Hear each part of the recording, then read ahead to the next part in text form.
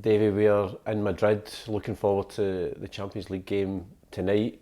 You're here with the club. How much are you looking forward to tonight's Very game? much. After the first leg, where Celtic were the better side the first half, Atletico come into it more the second half. I think a draw was the right result for both teams, I'll be honest. So this will be, I think, even more difficult for Celtic playing Atletico at home, because I think they've got quite a vocal support in that. I haven't seen the stadium, but I'm led to believe it's fantastic, and so very much looking forward to the game.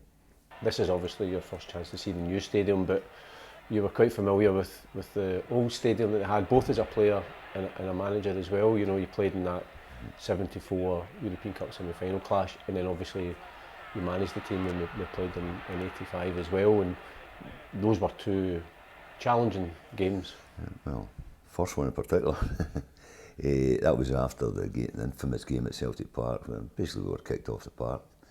They had 3 men sent off, and I think they just came to play that way to get any sort of result. And I always remember at the time, because of a follow-up to what happened with Celtic in the World Championship game in Argentina and Uruguay, in the second leg of those games after '67,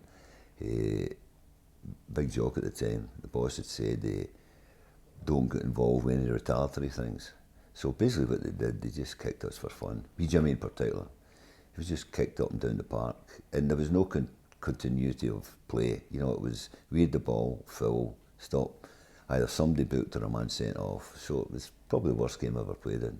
Probably nowadays, if that happened, they may have been kicked out of the competition. And having said that, I think if there was another man sent off, we'd have got the tie 3-0, I think that's what happened those days. So when we came to the second leg here, I don't think there was any way we could have got away with a result. It was quite late on, I think, before they scored the first goal.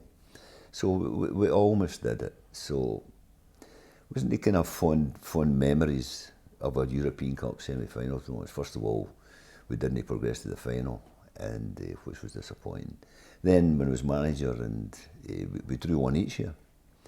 But what happened in the second leg, because of the penalty after the Rapid Vienna game, there was no crowd at Celtic Park. And a Celtic team without a crowd, it just isn't the same as Celtic Park. So yes, I have memories of the old stadium, but we're going to this new stadium, which I believe is state of the art. Yeah, when you're talking about the game in '74, you think, you know, you'd played in a European final, we'd played in another semi-final in '72, and then the semi-final in '74. At that time, we would have been considered one of the top 4 or 5 teams in Europe consistently at that time. I would agree with you. You know, we felt we were a match for any team, that team at that time. And I sometimes wonder a couple of things. There was a few of us kind of left in later years. Lou McCarry left first, then I left for Chelsea, then Kenny left. So we probably never get, they call them the quality streak coming through, to stay in a further a challenge in Europe. But you're correct, from Celtic winning the European Cup, we played at later stages of it. Well, as you say, the final in '72 semi-finals, yeah.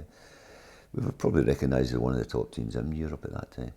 Because then if you fast forward to the 80s and the team that you were managing, and again I always think it probably didn't get the European success it deserved. You think of the previous year, Rapid Vienna go on to the final, you know, and as you say, when we played Atletico Madrid, to play at an empty Celtic Park, it's such a hindrance for us, because you know what the fans can bring to the team. Well, I know what they can bring, having played at Celtic Park and also having managed at Celtic Park.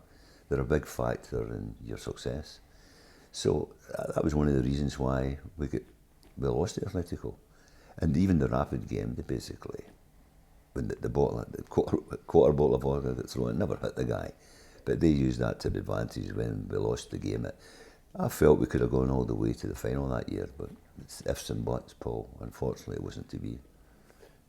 Now, if we look forward to the game tonight, Brendan Rodgers' side, as you mentioned, played really well in the first game at Celtic Park. It's going to be a big challenge playing Atletico Madrid here with all their top quality players, but the Celtic players must take confidence from the way they played against Atletico. Well, I think they have to, you know, going into that with no fear, but this is going to be a more difficult task even at Celtic Park, because you look at two of their front men, Marathi and Griezmann, they don't get much better than that.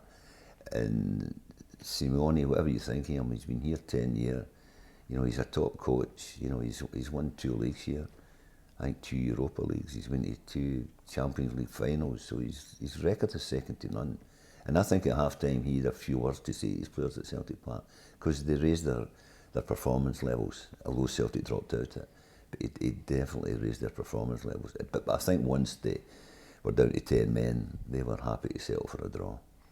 And when you're watching these games now, obviously first and foremost as a Celtic supporter, but is there still part of you that's still got that eye for players, and you're looking at, you know, the opposition and how they are lined up and what the manager's doing and the tactical side? No, you're correct. First and foremost, you go to see Celtic play well and win.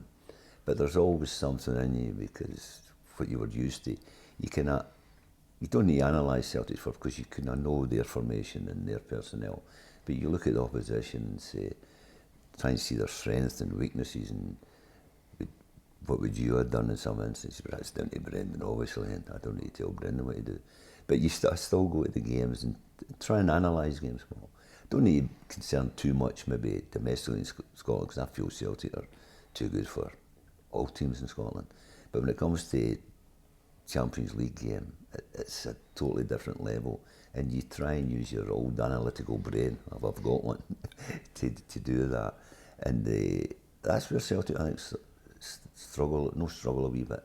It's difficult because they're no faced with serious competition in Scotland, and they have to raise their game, which they have done in the Champions League so far this season against Feyenoord and Lazio, although they didn't get results, and particularly the first half against the Atletico.